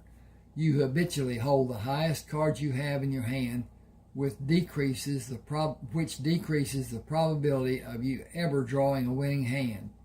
You are not an instinctive card player, and if you move, I will shoot you in either of your legs. If you are able to pull your gun, I will shoot you again. If you bend your knees to draw, as most men will likely do, I will shoot you in your lower body, which will be life-threatening. You started this episode with your ridiculous accusation. I will end it unless you take your hand away from the gun. Then stand up. Standing will diminish the advantage I have. Do you have a gun pointed at me? I do. Cocked, aimed, and ready for action. I pulled it when you dropped your cards. I've seen too much to leave leaving to chance. You probably have too. Take your hand away from the gun Reach across your body with your left hand to remove the gun. Place it on the table and go out the double doors. I will take your gun, pack my bedroll, and meet you outside. I will return your unloaded gun. Stand where I can see that your hands are empty when you are outside. If I don't, you will probably take your last breath stretched out on this filthy floor and live as a cripple the rest of your miserable life. Your choice. Either use your left hand slow and easy, or hope you can draw and accurately fire before I squeeze this trigger. You will have an abundance of options if you use your left hand. You will be out of options if you choose to draw. I can shoot twice before you might be able to pull the gun out of the holster. You will lose again. I could simply shoot you because you threatened me. Lucian balled his fists. Then come outside and fight. I have no inclination to do that because I have nothing to prove. I am a stranger to you. I suppose you know the other men who are watching. They may take offense when you are shot. I will deal with that happening should it. I did not threaten anyone. I am not threatening anyone. I am merely protecting myself, and you have threatened me. I have the legal right to personal defense. An interruption of my defense will be a criminal act. Please do as I ask. Dying because you're a poor poker player is so ill-advised. Sheriff Brad Steinman pushed through the batwing doors. Everyone listen to me. Stop what you're doing. I have control of this situation. It was never a private matter because we are outside of our private homes. I brought this shotgun in case I need it. Do I need it? Sam continued watching Lucian. We were having a friendly poker game with a low limit on betting. The man standing and facing me lost every hand. The deal had been passed for each new hand. He lost every hand and focused his frustration on me. I have a gun pointed at him. I need to use two hands to release the hammer to prevent the gunshot that will disturb the solitude of all the townspeople. Will you allow me to do it? Keep your thumb on the hammer and use your left hand to help you ease the hammer down. This scattergun is cocked until everyone does what I tell them to do. It will still be ready. Everyone who has not been sitting at that table, walk in front of me and stand at the end of the bar. The man standing at the table, look at me and come to me slow-like. Move to draw and I will cut you to pieces. Albert, Harry, Carl, has the man still sitting with you done anything to cause this man to act like he did? Carl pushed back from the table. He has not done anything more than all of us have done. I think it was sharp of him to get the drop like he did. I didn't know he did it until he said he did. Someone is lucky that it wasn't me or Harry or Carl. He'd be dead on the floor for no reason other than he has no skill at cards. We may have lost a few dollars. None of us won much. We are having a good time drinking beer and asked if two men wanted to play limited betting poker, so we would have 5 players. I enjoyed the game until he started making a fuss. He's a lucky man is all I can say. Sam brought the gun up to be seen. Not cocked. Can I get my things and leave? I'm not sure my welcome may be after this happened, and I planned to leave after the game. No law has been broken. You are free to do as you will. I will take action against any man who causes disturbance in this town. Sam climbed the stairs, gathered his belongings, and moved down the stairs to leave the bar. He stood outside the door to allow his eyes to become accustomed to the bright sunlight before he went to the stable. Luke Benson held the reins in his left hand. Abe packed both of the mules. I saddled your horse. We don't want trouble in our town. Get on him and ride. Everyone will be happy you left. Securing the 2 sets of saddlebags and the bedroll, Sam checked the cinch. Thanks for helping. He took the canteen and started the water trough, opened the canteen, and poured the water out as he walked. Pumping with his left hand, he filled the canteen, drank from it, and filled it. He checked the loads on the mules and walked around his horse, examining him until he took the reins and mounted. Another man might have taken the opportunity to shoot the man who threatened him. I had every right. I would like to say I will miss this town and the people. My silence will scream volumes instead. Goodbye. Tell anyone following me that I will not take it to be a friendly act. He placed his hands on the lead rope tied to the pommel, reached down to pull the Henry rifle out of the boot, lightly thumped the tube, and pushed it back in the boot. Moving his hand down while he continued watching Luke, he pulled the .22 caliber rifle out, checked the chamber, and pushed it back in the second boot. Stand away from the horse and mules, and we will gladly leave. Moving by the cattle pens, he pulled the horse to stop at the road signs, stood in the stirrups, and looked back. Shreveport, I'm happy to be able to look back as I leave. Texas is such a long ago memory.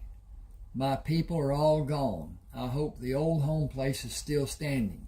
I will not see it to be a great loss if it is not.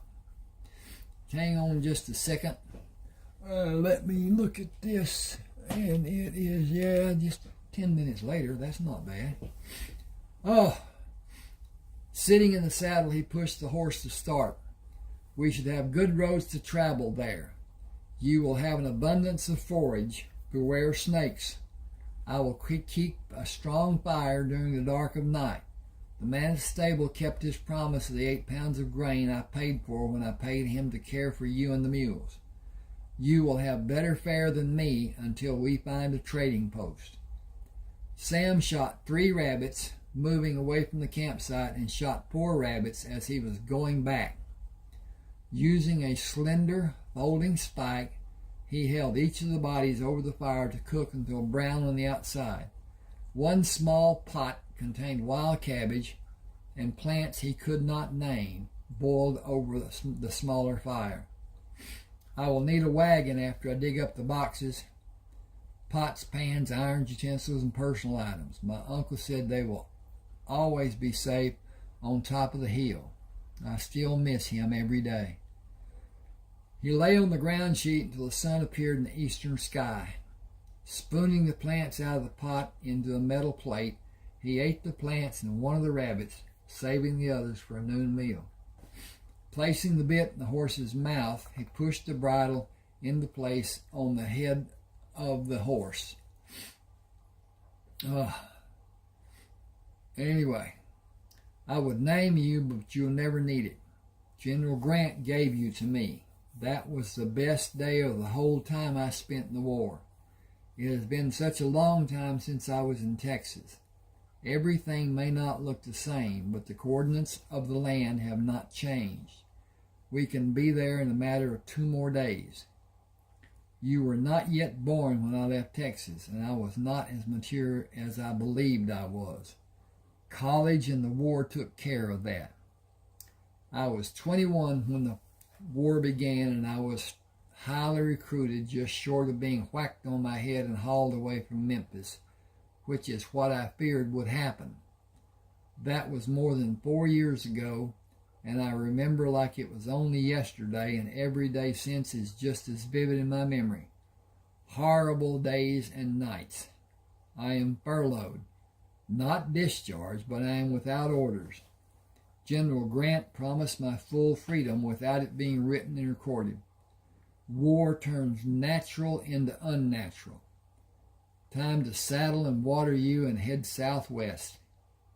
You and the mules will have plenty of chance to drink from streams until we find the old home place. I think I need to find a bed.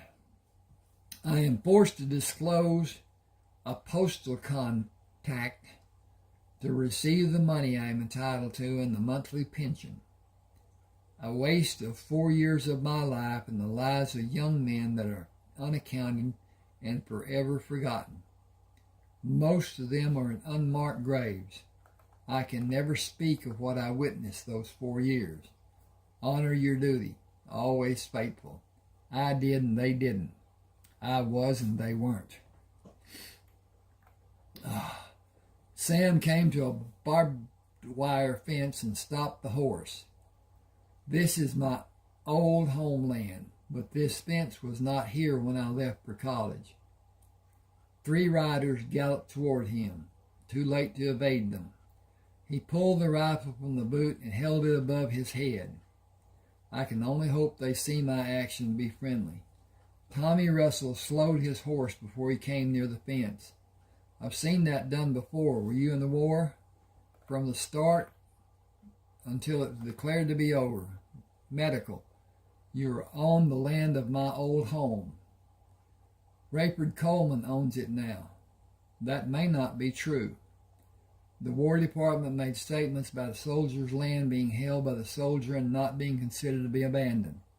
I have proof of ownership buried on the land in 5 locations. Rayford Coleman, was he a soldier and a medic during the war? He was. Where can I find him? Does he live on this land? He has a dwelling several miles west of this farm. Are you one of the Pellinger family? My mother was. I am Samuel Harkness. I prefer to be addressed as Sam. Did you serve with Rayford? I had a separate field hospital with well-trained staff. We practiced proven medical procedures and attempted to save lives and limbs. That was more exception, according to Rayford. We were short on experienced men, and I battled to keep my people with me. General Grant was our savior.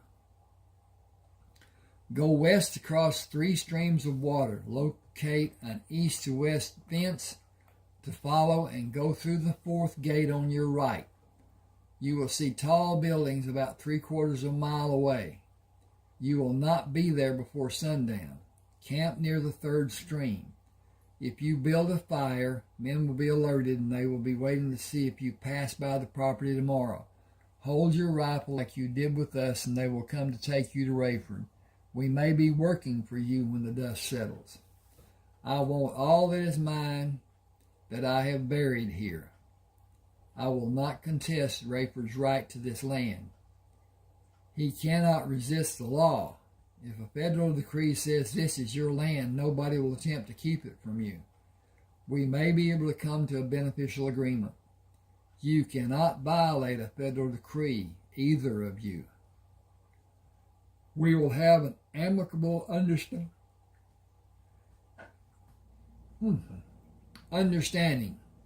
When all is said and done, the land is mine to do with as I desire.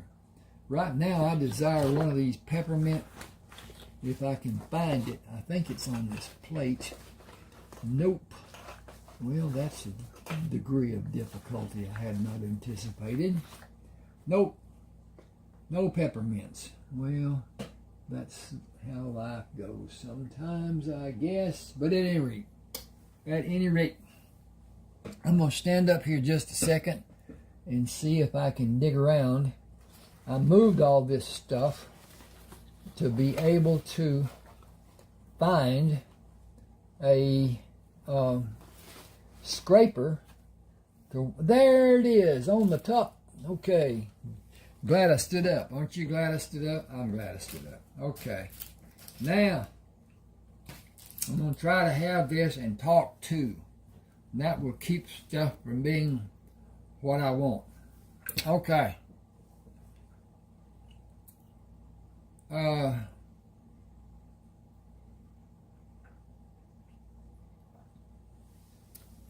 We will have an amicable understanding. When all is said and done, the land is mine to do with as I desire. That is also the law. Are you a licensed medical practitioner? I am. Men asked to come here to stay with me. They are still serving. They are one of my concerns. Will you help them until I am able? I will. Rayford is not a hard man. Rayford Coleman is an honored soldier and medical professional. I will not dishonor him. How's your shooting ability?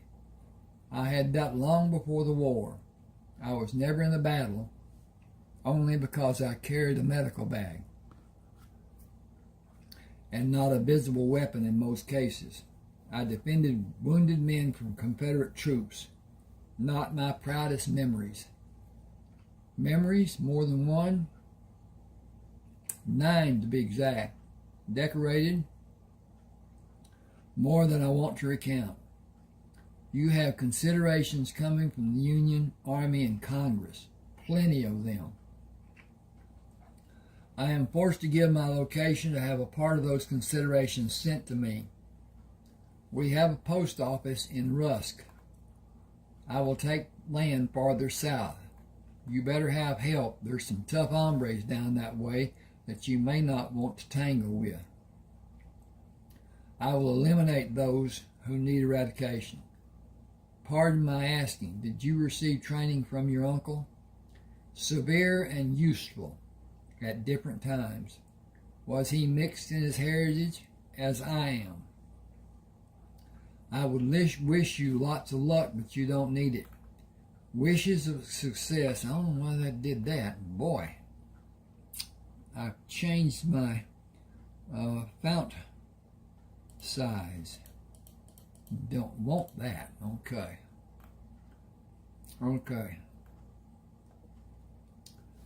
Then I will say best of luck. We will be here if you need anything. Do you have Quapaw men working on this land? A few, and many mixed. Boxes on the mules contain valuable possessions. Will you take them and allow my progress to the Coleman farm to be hastened? About 100 yards west is a gate. We will take them and protect them.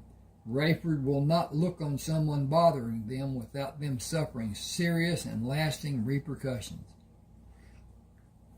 Rayford has an army here and there. I hope to see you again. I believe I will. Like I said, we will always be here if you need us. Sam slipped the rifle into the boot and pushed the horse to move to the gate.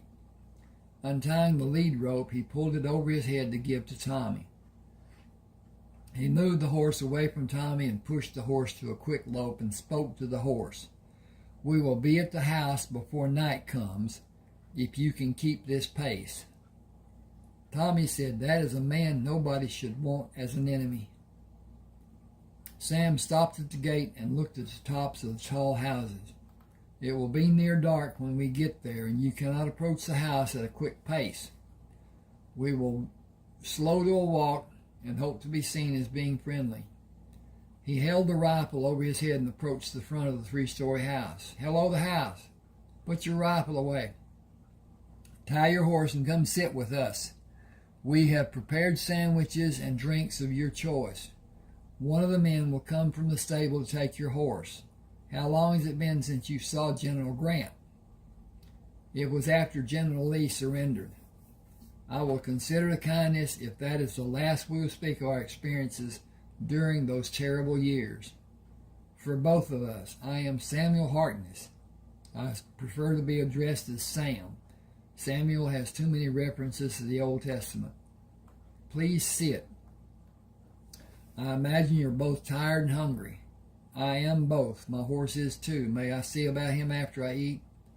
He will be well cared for. Do you have claim to the Pellinger place?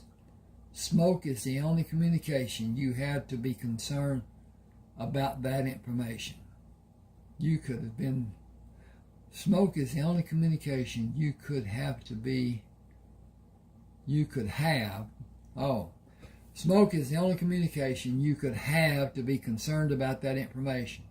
I have personal items buried on old Pellinger place. No claim of ownership will be discussed, please. My mother was a daughter of the Pellinger family. My father was born on this farm and lived with the Pellinger people. His brother was my tormentor, my uncle. The message told of your medical license. I had a tormentor, my uncle. I will torment my children with their mothers helping. We have no choice about the Pellinger place. By decree, it is yours. I saw herds of cows and horses and crops growing. I had no part in that being done. Will you consent to a working partnership? I have no desire to profit from the work that has been done. I'm thinking about another. Okay. You have a number of animals that you will possess when you contact the government about the awards from presidential decree, congressional awards, and awards from the U.S. Army. Those animals will be brought to your home. The Pellinger place is your home. Neither of us can stand as guilty of defying federal declarations. You must establish the Pellinger place as your home and take delivery of your awards. With your heritage known or suspected, white women will shun you like you have the plague. I have never had occasion to entertain a woman. That is not something I care to pursue at this time. Pursue, not pursue. What will you need to do? Hooey! Excuse me a minute. I need to recoup. What will you need that you do not have to be able to recover your concealed property? A wagon and a team of horses or mules. Those are on the farm for your use. What is there that you cannot do without for another 4 years or longer? Gold. You cannot possess enough gold to need a wagon to haul it. No bank will take it for fear that it was stolen. I went to Mexico with my uncle and 6 men. They searched for gold and mined it. I helped as much as an inexperienced child could. We came back with the boxes of gold when the others told us goodbye, left our company, and took their boxes to California. I have maps that designate the different locations. Only my uncle had the ability to locate the longitude and latitude of those mines. He made the maps. The other men were happy to have what they took to California. Did they have a substantial amount of gold? The 6 men each had 4 boxes that each weighed about 100 pounds. Almost $1.5 million.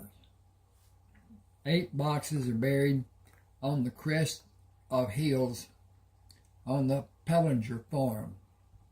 4 are buried the distance from that site, and 4 more are buried the distance from that site. A 3rd wagon load is scattered across the land. I will leave those where they are to be held in reserve. More than $1,750,000, but you also have money coming as rewards and rewards for your years of service, land, farming equipment, and animals.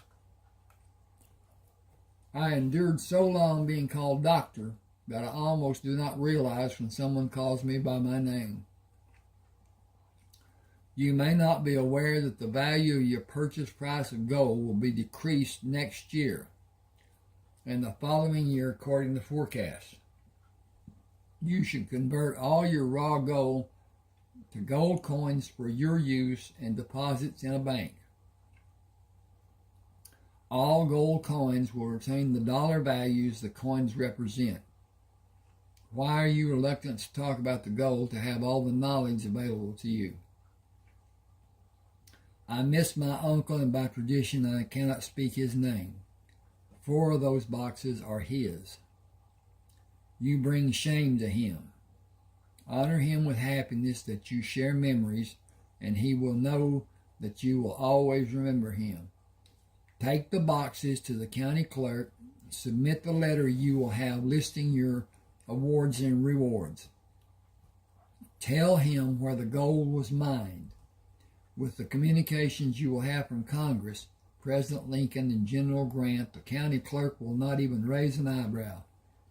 Your records show that you were in every skirmish or battle that you operated in as a field doctor. It is the same as if you actually fought during those conflicts. Were you ever wounded? Every time the hospital was attacked. On 9 occasions, every attacking man was killed. If not by his first round, a second or third wound was administered. If not by his first round, wow. Often it's because I was wounded and could not prevent it from happening, even if I wanted to. At times I suffered multiple wounds. How many wounds did you have in total? 14 inside or defending the hospital and 7 on different battlefields. Yet you were retained after the 20th wound until the end of the war. Regulations only cover combat soldiers. The Confederate command was ashamed about the actions against the medical facility being done. We were always alerted about an action being imminent, and we were somewhat prepared. I was never in a hospital when an attack was mounted. My field hospital was closer to the battles than yours. I have projectiles that should be removed. Will you do them? I will. How many will I do each time you are anesthetized? 2 and 2 and 3 and 5 in different locations of my body. Have you had enough to eat? The sandwiches were delicious. My appreciation for the person who prepared them. I have domestic partners. We will never be arrested for infractions of the law. We are not married. Bigamy does not exist in my house. The children occupying this house are all mine. Do I need to say more? Is this your house? Are the children cared for? Is everyone happy? Do I need to say more? Strangers are rarely seen. You have features that are easily identified by a person who knows what to look for. You will be judged in the same vein as I have been. Your bedroom has a full bath. Hot water will be brought to the tub for you to have a warm bath. Nobody will enter or look inside your room. Please remind the women who help you that the bedroom door should always be closed. Nobody can take the soldier out of the man. I hope it will be less obvious in the years to come. I only served 4 years. You were called a lifer. That is not a stigma that can be easily shredded. How is your Spanish? It was my first language. English came after my 8th birthday. Are you fluent? Our afflictions were the same. Maria and Amber will serve you. Married women cannot come into the living area of the house. They can never be without another woman in any part of the house. It is demanded by the elders. Maria and Amber are neither married. May I have the privilege of not having them? When you are able to explain to them why you would shame them in such a manner as to deny them the privilege of serving you, should your privilege be greater or more important than theirs? Excuse me a second. I need to look to see what time. Okay. We got a few minutes, maybe. It'd be a heavy burden for such a heralded warrior as myself. Supper is all I can suggest, certainly not to wish you solace. When Amber and Maria emptied the warm water in the pots into the cold water in the tub, Sam called to them to stand facing him. Are you older than her? I am Amber. I am older. Are you sisters? I am Maria. I am a year younger. We are sisters. Are we pleasing to your eyes? I questioned if you were twins when I first saw you. You are that similar. You are both quite pleasing to see. You are both an age to be married. I am keeping you from some young man. Am I keeping you from some young man? We will not warm the bed of one of those men available to us. We will yours, but that is all. We may contact you to gain comfort. You cannot. You may look upon us. We cannot look at your nakedness. I also have Indian heritage. My father was born on this farm and lived with the Pellinger family. I was born on the Pellinger farm. I will bathe now. Will you sleep when you finish? We will turn down the covers of the bed. Will you sleep with us? We wear no garments in bed. If we sleep with you, we will not wear garments. This is not my house. I cannot do as I might like. You have a room. Visitors never spend the night inside the house. You are expected to act as a member of the Coleman family. If you will not sleep with us, we will sleep on the bare floor without garments or comforts. Is this your room? It is where we sleep. We give care to the children when we are needed. I will sleep in this bed, and both of you can snuggle against me to keep me warm. How many children live in this house? Amber held her hands with the palms towards Sam and smiled. We never say the number because babies are coming. Ray, Carlton, Nathaniel, and Clayton were born first. More babies will be born in the coming months and the next year. I propose that you take a bath together, and I will take mine after you finish. The water will be soapy. We will drain the water and rinse with fresh water. We will disturb the house if we leave this room to heat more water. Okay, I'm going to stop here, and didn't quite get 2 chapters read, but I need to stop. I'm discomfort and then whatever. Please subscribe to my channel, hit the like button, share, and comment if you like. But the subscription, the subscribing, and the like button are so important because the AI of YouTube looks at everything. Even this, it's being read, and it reads it a whole lot faster than I could ever write it. But at any rate, that's another thing. Thank you for being with me. Hope you enjoyed the reading. Take care. Let me know. You see the email address on the bottom of that book cover. Send me a message if you want a book, and we'll get together. Thanks now. Okay.